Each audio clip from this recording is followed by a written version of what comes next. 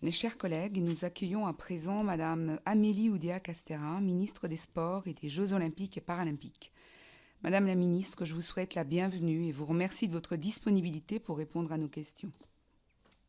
Nous avons entamé les travaux de cette commission d'enquête sur l'identification des défaillances de fonctionnement au sein des fédérations françaises de sport, du monde sportif et des organismes de gouvernance du monde sportif le 20 juillet dernier. L'Assemblée nationale a décidé de sa création à la suite de très nombreuses révélations publiques de sportives et sportifs et de diverses affaires judiciaires ayant trait à la gestion de certaines fédérations. Nos travaux portent donc sur 3 axes: les violences physiques, sexuelles ou psychologiques dans le sport, les discriminations sexuelles et raciales et les problématiques liées à la gouvernance financière des organismes de gouvernance du monde sportif. Madame la ministre, vous avez notamment été joueuse de tennis professionnelle et directrice générale de la Fédération française de tennis de mars 2021 à juillet 2022.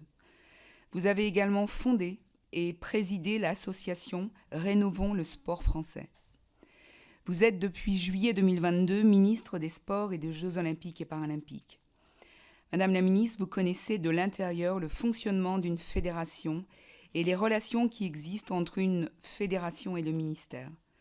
Vous avez eu à gérer des crises majeures au sein de plusieurs fédérations. Nos travaux ont permis de mettre en avant le chemin parcouru depuis 2020. Tout le monde s'accorde à dire qu'il y a eu un avant et un après. Cependant, nos travaux montrent clairement que nous ne sommes pas au bout du chemin et l'objectif est de formuler des préconisations utiles sur ce sujet majeur.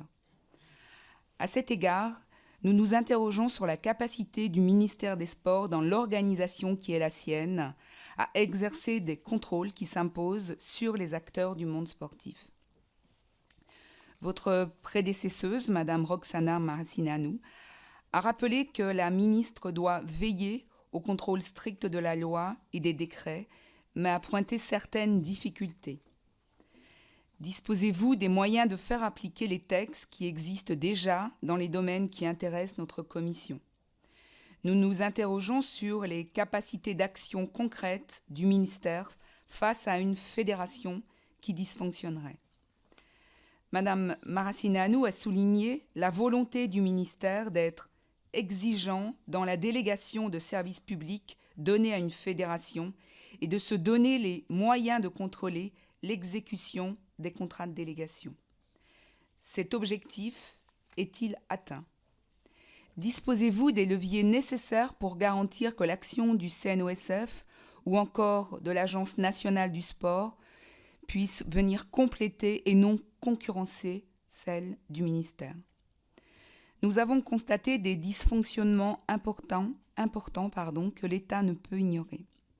Quel chantier êtes-vous prête à ouvrir pour y remédier? L'heure n'est-elle pas à un besoin accru d'État garant de l'intérêt général? Je rappelle que cette audition est ouverte à la presse et qu'elle est retransmise en direct sur le site de l'Assemblée nationale. Et avant de vous laisser la parole et d'entamer nos échanges, je vous rappelle que l'article 6 de l'ordonnance du 17 novembre 1958 relative au fonctionnement des assemblées parlementaires impose aux personnes entendues par une commission d'enquête de prêter serment, de dire la vérité, toute la vérité, rien que la vérité. Je vous invite donc à lever la main droite et à dire « je le jure » après avoir activé votre micro. Je le jure. Je vous remercie, Madame la Ministre. Vous avez la parole pour, prenez le temps, 10 minutes, un quart d'heure. Et ensuite, nous aurons bien sûr des questions pour échanger avec vous. Merci. Je vous remercie, Madame la Présidente, Madame la rapporteure, Mesdames et Messieurs les députés. Je veux d'abord vous remercier pour me donner cette occasion d'échanger avec vous sur ces sujets qui sont cruciaux pour l'avenir du sport. Depuis les premiers pas de vos travaux en juillet, les témoignages que vous avez recueillis, a fortiori les plus poignants d'entre eux, renforcent chez moi une double conviction. La première, c'est que le sport, à l'instar d'autres composantes de notre société, est le théâtre de violences, de dérives qui sont en soi inacceptables et qui doivent être combattues avec d'autant plus de volontarisme qu'elles peuvent, sinon, jeter l'opprobre sur tout un secteur, en abîmant, parfois, en décrédibilisant ce que le sport a pourtant d'essentiel à apporter à notre société. La seconde, c'est que pour mettre un terme à ces violences, à ces dérives, mais aussi à leurs complices de toujours, l'omerta, la passivité, parfois même la complaisance, souvent l'inertie, nous devons rassembler les forces vives, déterminées à lutter contre elles, appeler chacun à prendre ses responsabilités et ne rien laisser passer. C'est ce que je m'efforce de faire sans relâche depuis le premier jour à la tête de mon ministère, le 20 mai 2022, et je sais que c'est à votre façon ce que vous vous efforcez de faire depuis le 20 juillet. Votre commission a auditionné de nombreuses personnalités sur plusieurs enjeux majeurs qui sont autant d'impératifs pour le sport français. La lutte contre les violences, et tout particulièrement les violences sexuelles. La lutte contre toutes les formes de discrimination. La lutte contre d'autres formes d'atteinte à l'éthique ou à l'intégrité, qu'elles soient morales ou financières. Et l'amélioration de la gouvernance des fédérations. Je souhaite dans cet exposé rappeler sur ces thématiques quelques-uns des combats qui ont été les miens, les avancées obtenues et la manière dont j'entends poursuivre mon action. À commencer par la bataille la plus vitale, la plus urgente à remporter, celle contre les violences à caractère sexiste et sexuel. Ces dernières années, la déflagration MeToo a permis d'amorcer une libération de la parole avec les pionnières qu'ont été Catherine Moyon-Debec, Isabelle de Mongeau, avec elles sont venues Sarah Abitbol, Angélique Cauchy, Sébastien Boueil et encore beaucoup d'autres, beaucoup trop d'autres victimes plus anonymes à qui je veux redire ici mon admiration pour le courage qu'elles ont eu d'oser un jour briser le silence. Certaines de ces victimes sont venues témoigner ici devant vous pour faire en sorte que d'autres n'aient plus à vivre à leur tour la solitude, la peur, la douleur, l'incompréhension, la colère, le cauchemar qui ont été les leurs. Merci à elles. Leur combat est devenu notre combat. Face à ces révélations, l'État a pris ses responsabilités. Depuis 2020, sous l'autorité du président de la République, les gouvernements successifs, que ce soit ceux d'Édouard Philippe, de Jean Castex, aujourd'hui d'Élisabeth Borne, se sont mobilisés comme jamais sur ces sujets. Je veux bien sûr rendre un hommage tout particulier à ma prédécesseure, Oksana Marassine, et à nous, pour avoir engagé, comme elle l'a fait, cette bataille. Même s'il reste beaucoup de travail, je veux souligner qu'une véritable révolution a été opérée entre 2019 et 2022, avec la création de la cellule Signal Sport, la désignation d'une déléguée ministérielle à la lutte contre les violences, les conventions organisées chaque année contre ces violences dans le sport, la constitution dans nos fédérations sportives et nos établissements sportifs d'un réseau de référents spécialisés, le développement, l'outillage du contrôle d'honorabilité, l'inscription dans la loi de l'obligation de formation en matière de violences sexistes et sexuelles dans le cadre de tous les diplômes d'État, jeunesse et sport. Et dès mon arrivée, j'ai fait mien ce combat avec une ligne claire, tolérance zéro, en érigeant la lutte contre les violences sexuelles au rang de priorité de mon ministère, en sollicitant et en obtenant des moyens humains inédits, avec 20 effectifs supplémentaires en 2023 et à nouveau 36 dans le PLF 2024 pour que les enquêtes aillent plus vite, tout en renforçant le contrôle des établissements sportifs. J'ai fait preuve d'une fermeté totale lorsqu'il s'est agi de traiter des situations de crise au sein des fédérations, y compris les plus puissantes d'entre elles, comme la fédération de foot, de taper du poing sur la table pour que les instances prennent leurs responsabilités ou pour interpeller leur président, pour lancer, relancer parfois des inspections en sollicitant là aussi plus que jamais fortement l'IGSR, l'inspection générale, et en saisissant la justice par la voie de l'article 40 chaque fois que nous le jugions nécessaire. J'ai milité pour que s'améliore l'articulation entre les procédures judiciaires, administratives, disciplinaires, et nous avons ainsi, avec le garde des Sceaux, déployé pour la première fois des référents sport au sein des parquets grâce à la circulaire de mai 23. J'ai impulsé des temps renforcés de prise de conscience, de mobilisation avec tous les acteurs du sport et les professions qui l'entourent. Par exemple, en ajoutant aux conventions annuelles un séminaire dédié à la question de l'enfant face aux violences dans le sport, début 2023. Avec tout cela, nous avons déjà des acquis. Au 2 novembre 2023, plus de 1800 signalements ont été traités par Signal Sport, mettant en cause plus de 1200 personnes, donnant lieu à 266 arrêtés d'interdiction d'exercer en urgence, 126 arrêtés d'interdiction d'exercer pérennes, 134 notifications d'incapacité d'exercer suite à condamnation pénale. Et toujours sur ce plan des acquis, nous avons amélioré la portée du contrôle d'honorabilité, en le systématisant de manière beaucoup plus rigoureuse à tous les éducateurs sportifs professionnel et en l'étendant de manière plus effective à tous les bénévoles, notamment ceux en contact des mineurs, avec, au 6 novembre 2023, déjà plus de 1,2 million d'identités de bénévoles contrôlées. Et j'ai par ailleurs décidé de passer le nombre de contrôles des établissements d'activité physique et sportive de 3 900 à 6 000 en 2024 grâce au renfort obtenu, soit une hausse de 54%. Alors bien sûr, mesdames et messieurs les députés, bien sûr, madame la rapporteure, bien sûr, madame la présidente, on n'est pas au bout du chemin. Bien sûr, loin s'en faut. Et le travail doit se poursuivre. Je vois pour cela 5 axes prioritaires. D'abord, continuer à marteler l'obligation de signalement pour que chacun comprenne que signaler ce type de violence, ça n'est pas une option, mais une obligation. Responsabiliser en ce sens chaque acteur de la chaîne, que ce soit dans le sport amateur ou dans le sport professionnel. Mieux faire connaître le canal de Signal Sport. C'est l'un des enseignements que nous tirons collectivement des travaux de votre commission. Mieux faire connaître Signal Sport partout et tout le temps. Nous devons continuer de sécuriser une meilleure articulation entre les procédures et faire en sorte d'engager nos fédérations à aller au bout de leurs responsabilités en matière disciplinaire.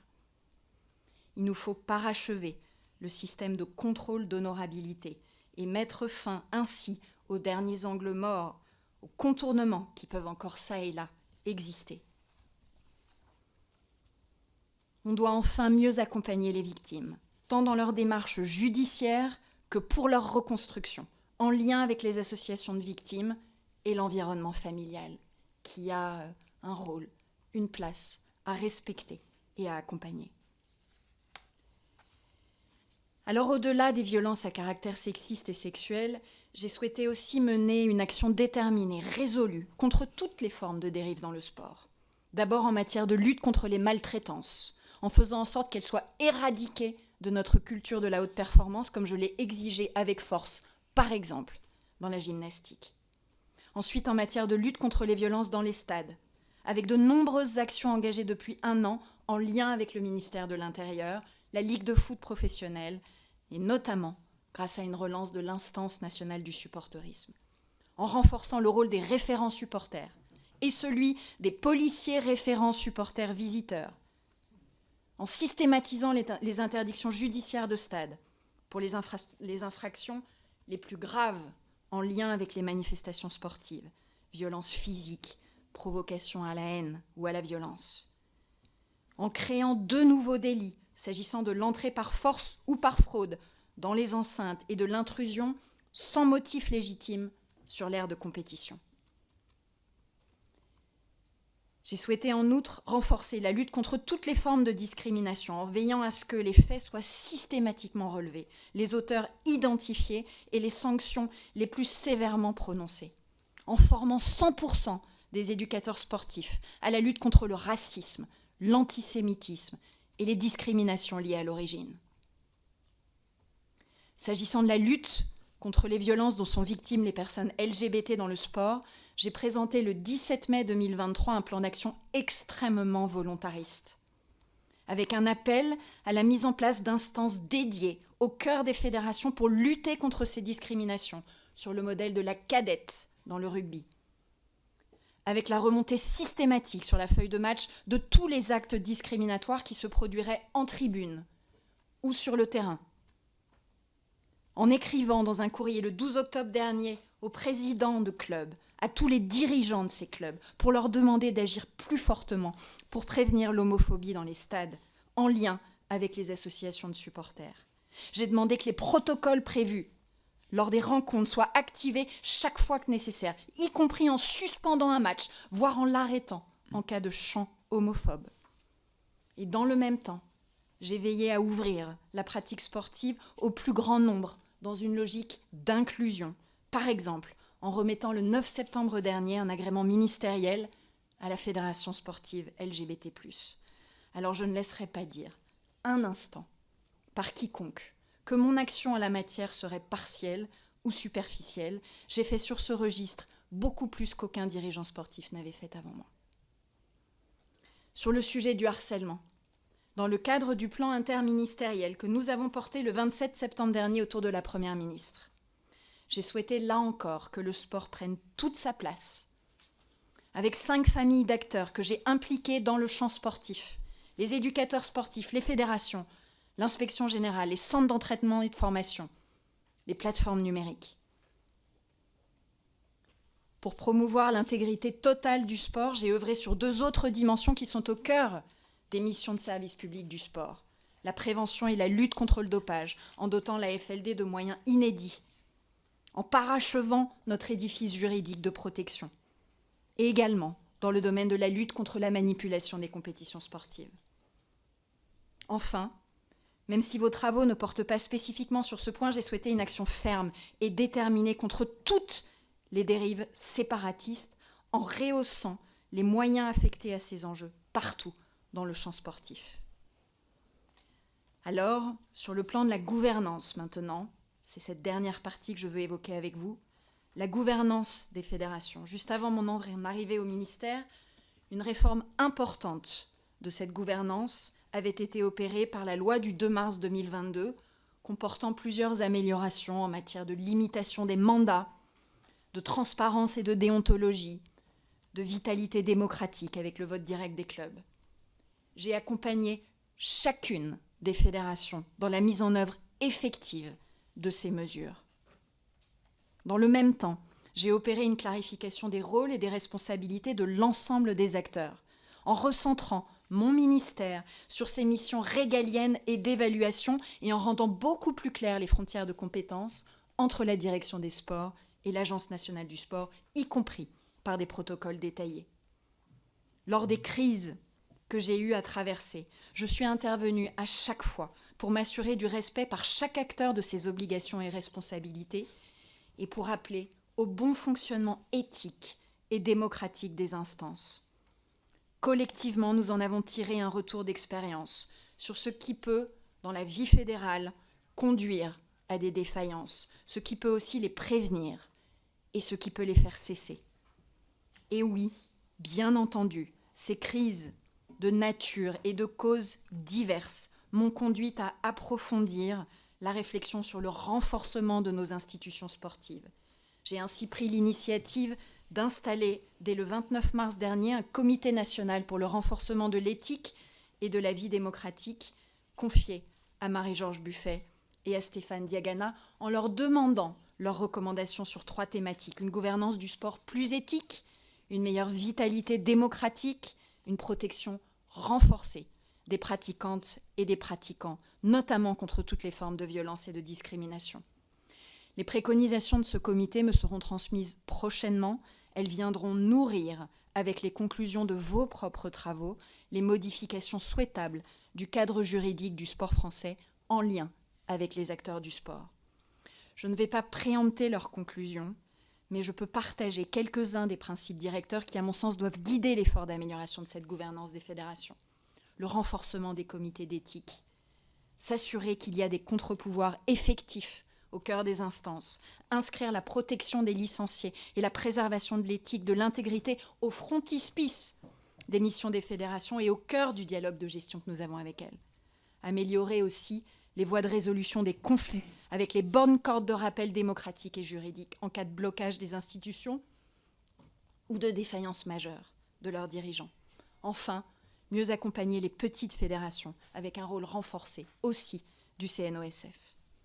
En conclusion, mesdames et messieurs les députés, vous l'avez compris, ma détermination est totale et je ne lâcherai rien sur aucun de ces combats qui sont aussi les vôtres.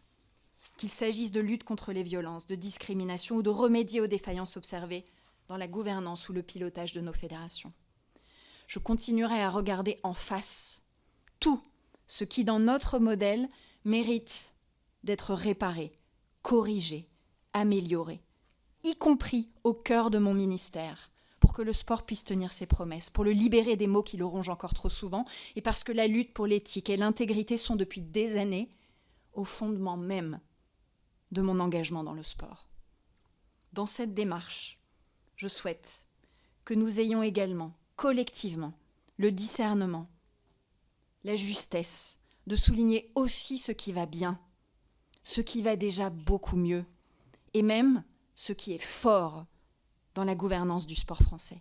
Parce qu'il y a sur ces plans aussi beaucoup à dire, de l'engagement de nos 3,5 millions de bénévoles à la vitalité de nos 180 000 clubs à travers les territoires, en passant par la performance parfois exceptionnelle de nos équipes de France et le dévouement, la probité, l'engagement de tant de dirigeants dans les fédérations, les ligues, les comités, les clubs. Alors oui, aux côtés de la représentation nationale, nous continuerons à fortifier ensemble ce modèle sportif français qui en a besoin et qui le mérite. Je me tiens maintenant à votre disposition pour vos questions, tout en précisant que je suis légalement tenue à ne pas évoquer des affaires judiciaires en cours et à ne pas méconnaître les obligations de déport qui sont les miennes. Je vous remercie beaucoup.